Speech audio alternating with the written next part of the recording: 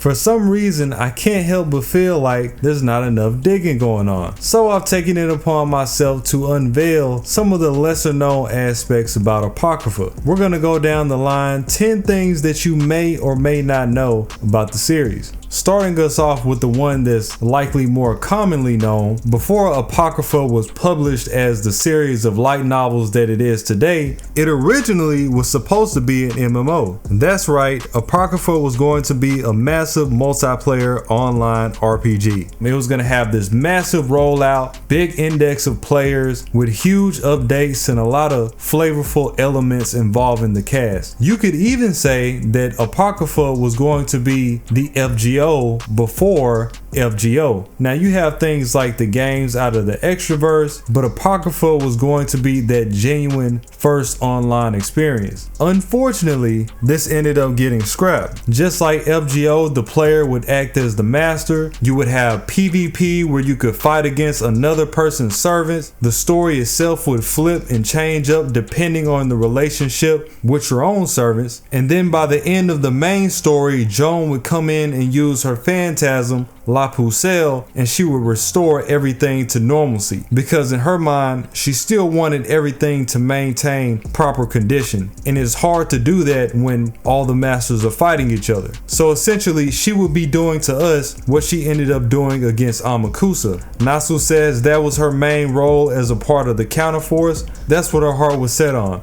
at least when she wasn't ferociously riding Sig. And then of course you would have the big bad of that version that she had to deal with as well, who goes unnamed. For the next one, we have one about Krona, who had an entire scene removed from the novel. Now we all know that Krona has been ridiculously nerfed from his mythical version, but this takes the cake. Up until Lost Belt 4, we really didn't have anything to showcase Krona's power other than Fate Extra, and that's only so much. Back in 2014, FGO wasn't even out yet, and then Extella wasn't out either. So at the time, this is one of the best things he could have gotten. And if you look at the materials, it turns out that the author, Higashide, had a scene for him in the final volume when they were fighting on the jumbo jets. He was going to stick his spear into the ground, and then he was going to say, "Weapons are unnecessary, a true hero kills with his eyes." And then he was going to Brahmastra all over the place, tearing apart the planes, likely going at other servants, and then some more stuff. But this never happens.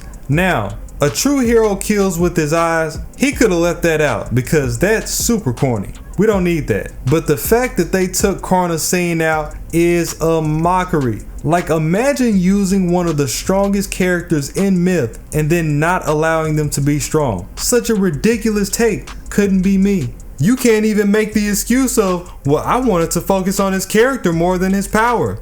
You didn't do that either. I'm not gonna lie, by the final novel, Nasu was probably like, I'm over this, get this over with as quick as possible. We don't need no extra scenes. Please wrap this up. I've seen enough. Cause you know, that's around the time that Sig started really doing the bullshit. So he was like, you're not about to ruin Krona too.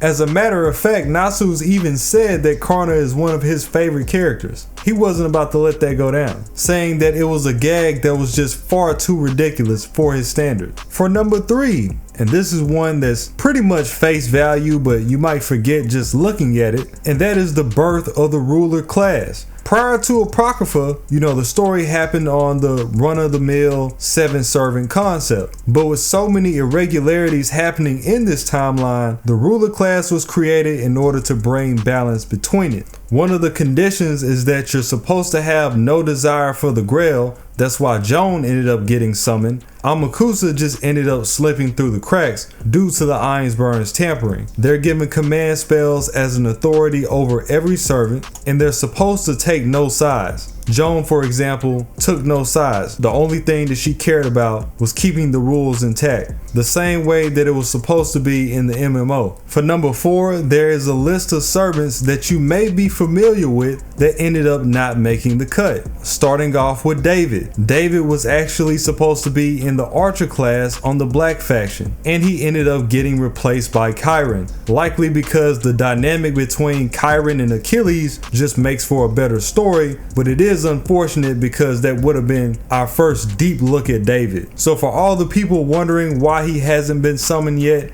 it was in the works, and then he ended up getting cut. The second servant we have is Ben-K. All of these servants had original designs for the MMO, by the way. That is correct. Although he did eventually get a role in Babylonia, he was supposed to be in Apocrypha as the Lancer. He was going to be a complex individual, which made it hard for him to work with his master. But by that point in time, the masters were already chosen, and it would have been difficult for him to write that in and make his character flow smoothly like it's supposed to. He would have to throw out everything he had and start all over, and the time was cutting too short. And then he ended up getting replaced by Vlad. And then there's the fact that Ben-K is a Japanese servant, which didn't really play into the scheme that he was going for. Apparently he didn't want too many. It's kind of funny because in myth, Ben-K is supposed to be a beast, but we never get the proper screen time for us to see that. Yet another servant that got done wrong. This one is almost heartbreaking. The next one is St. George, who we know to be in the writer class. So we know he got removed to put Achilles in. One of the main reasons that he got taken out of the story is because he would have been the third saint. Because Joan was a saint, Amakusa was a saint, and then he would have made the third, and he would have added a third layer of complexity with his own ideals. And apparently that would have been too confusing for the audience. So they ended up taking him out. And it's like, that's literally what we want. You know how many times I would have preferred for St. George to be on the screen to other characters that I refuse to name, if you plan to actually do him justice, because we have nothing for him. He needed that, like really badly. This is almost as bad as Prelati telling Sigma, yeah, you know, I did have a catalyst for you to summon Blackbeard, but you know what, I said, nah. It's like, well, there goes Blackbeard. Yo, while we're on this, we need to make a list of all the servants that was supposed to get summoned and ended up getting axed, because this is crazy. And for our final character that didn't make the cut, and this one is equally as heartbreaking as St. George, they took out Kentoki. Golden! This man would have been the shining sun of the entire show, only comparable to Astolfo. And you took him out? Huh? Man, I feel so slighted. I can never forgive you for this. But yeah, man, he would have been in the Berserker class, and he ended up getting replaced by Spartacus. I'm a bit torn because I do like Spartacus. I'm doubting that Spartacus would have made the impact that Kentoki would have in that class. I'm really wondering how that would have went, because Spartacus kind of didn't really have any ties to anybody. And the reason for his cut is that he's far too nice of a guy to be the enemy. So he would have had to have been an ally. But as the story goes, Frankenstein was the ally, and she played a huge role towards the end of the story with Sig cheating. So that had to remain in place, and he ended up getting cut in exchange for her. So you telling me the main reason that Kentoki got cut was so Sig could use her phantasm to cheat Cheryl at the end? Boy, I could run my head into a wall right now. You gotta be kidding me.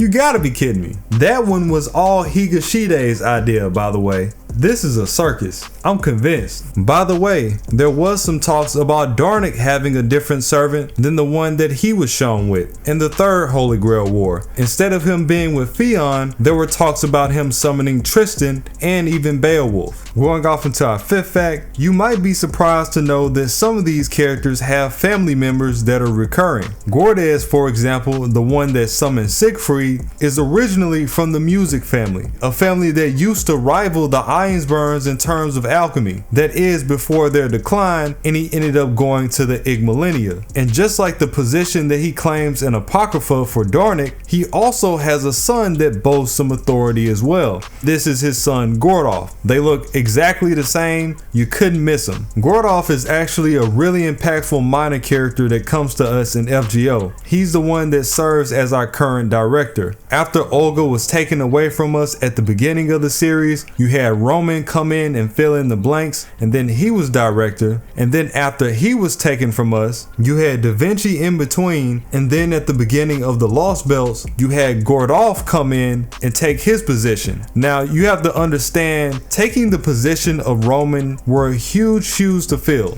I myself, when I first started the Lost Belts, I was almost certain that I wasn't gonna like this dude. But not only did he exceed my expectations as a character, he's more knowledgeable than he looks, and most importantly, this man is funny. I mean, nearly every time that he's on the screen, he's gonna have you cracking up. Unlike his father, he understands his weaknesses and he doesn't run away from them. His father kind of ran into them, even if that was a bad idea. It just makes him a more desirable character to be around. It makes him feel more like a person. Number 6. Did you know Sig was originally Nasu's idea, along with a good portion of Apocrypha? And the reason that I feel like it's important to bring this up, because I see people all the time say, oh, you know, the author of Apocrypha really dropped the ball. He didn't know what he was doing. Nasu would have done it way better. But they frame it in a way as if to say that they don't know that Nasu is the one that created Sig in the first place. Beyond him just being the supervisor for the project like he usually is, Sig is one of the concepts that he created from scratch and pitched over to Higashide. And he let Higashide just do his thing along with it and kind of just overseered that. So when I see people making these slights to boost up Shiro and say that Nasu would have wrote Sig way better,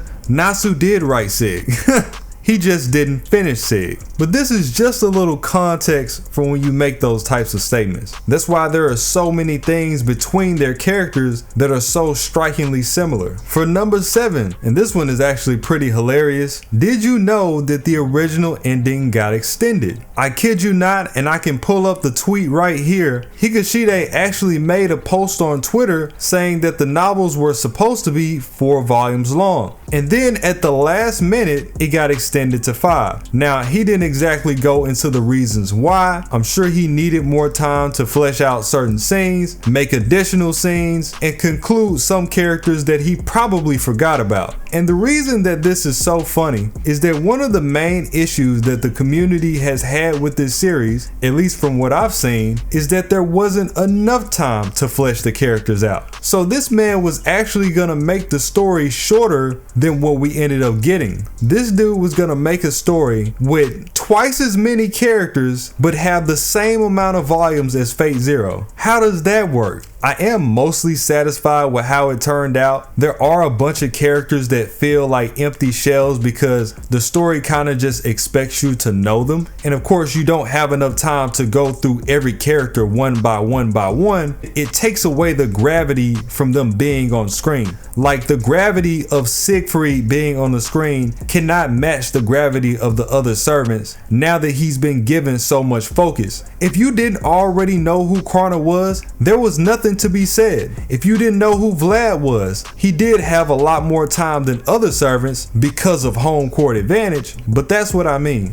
And then you got a bunch of other servants that just weren't fleshed out at all, and they were kind of just there to say, oh, that's cool, Spartacus is here, and he just keeps the story going along. When in reality, Spartacus has like one of the most impactful historical backgrounds there is. Are you kidding me? Thank goodness he made this change. For number 8, there is a beautiful manga to go along with the light novels that many people may or may not know about, which is 4 years after the first novel release date, and then that will be 1 year before the anime was first showed, because the anime came out in 2017. The manga, while not only adding some oomph into the scenes in a different way that the show did, sometimes even better, there's also scenes that weren't included, as I just mentioned in the Amakusa Don't Sleep. Things like Amakusa charging Vampire Vlad into the chapel, part of that got cut. If you remember the fight between Achilles and Chiron, they went one-on-one via his reality marble. Beyond them just fighting on the plane, Achilles actually formed an entire coliseum. And beyond Chiron just fighting in his human form, he actually used his centaur variant while they were fighting. And again, Chiron is another super underrated servant, but that's another case. And you have these scenes where it says that Chiron even surpasses Achilles in terms of speed when he's using these legs. scenes where he's just grabbing Achilles by the face and then face planting him into the wall while running to build up damage. None of this happens in the show, unfortunately. For number 9, there were multiple side stories that got released alongside the Blu-rays to extend into the characters even more. You have a side story that completely surrounds Astolfo, where he does interviews with the survivors and he goes to the Middle East to figure out how Amakusa was able to obtain the catalyst to summon Semiramis. You got a story that completely follows Jack the Ripper and her master and them going up against a mage faction known as the Zudzwang. And then you got another story that covers the background of Jack the Ripper's master by herself,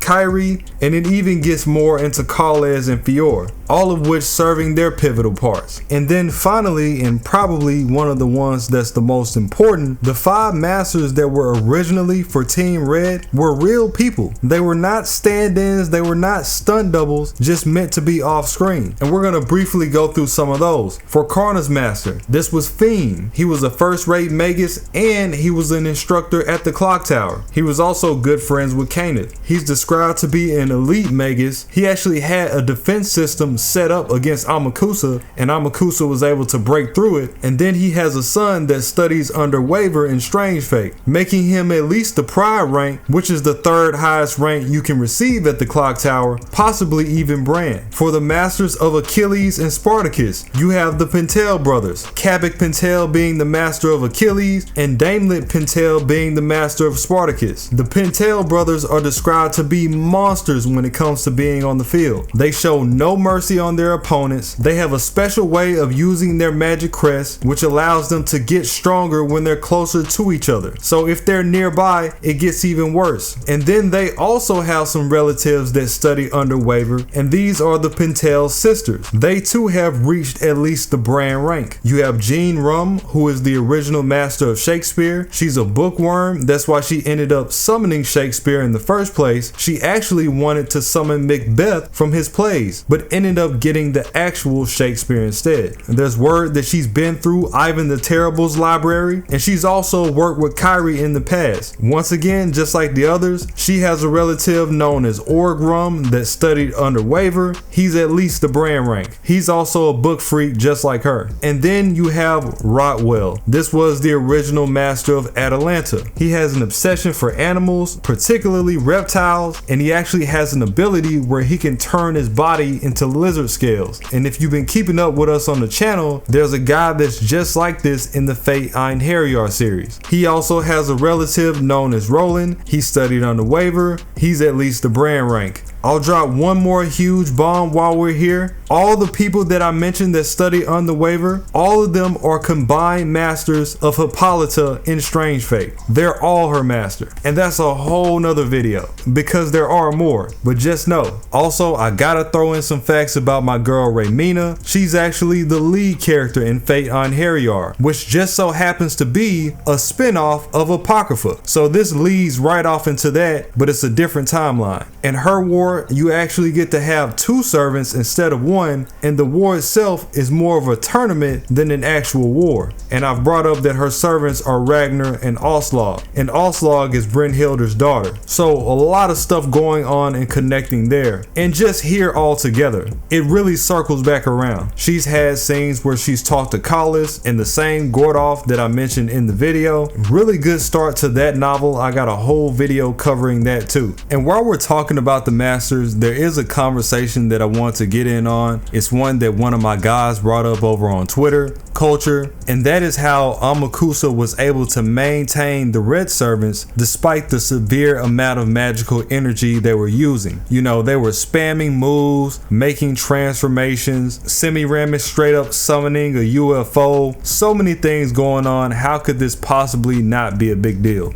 And I thought this was something that was pretty clearly expressed, so I was just gonna leave it out. The reason that this didn't affect Shiro is because, again, he coerced the other masters into giving him their command spells. And then he had Semiramis come in to intoxicate and knock all those masters out. So now they're incapacitated and he has the authority over their command spells. So by manipulating his position as ruler, he also had authority over their servants. However, he didn't have to supply the mana because technically the servants spirits were still getting mana from the original masters, and then Amakusa was operating on his own separate. And it's like, okay, that's still a lot of stuff to do, even if they were still getting mana from their OG masters. We have to understand that people like Karna, for instance, it's stated that even a first-rate master wouldn't be able to use their own magecraft because he takes up so much magical energy. But you got to think about it this way. A lot of you using your own magical energy is you being active. A lot of it is running your magical energy, preparing your circuits, running around, functioning as a human being in general. That takes a lot out of a person before they even get to their magical reserves. But if they're already immobilized, you can't immobilize something that's immobilized already. So a lot of what might have been necessary was cut in half just for the fact of them being incapacitated. And again,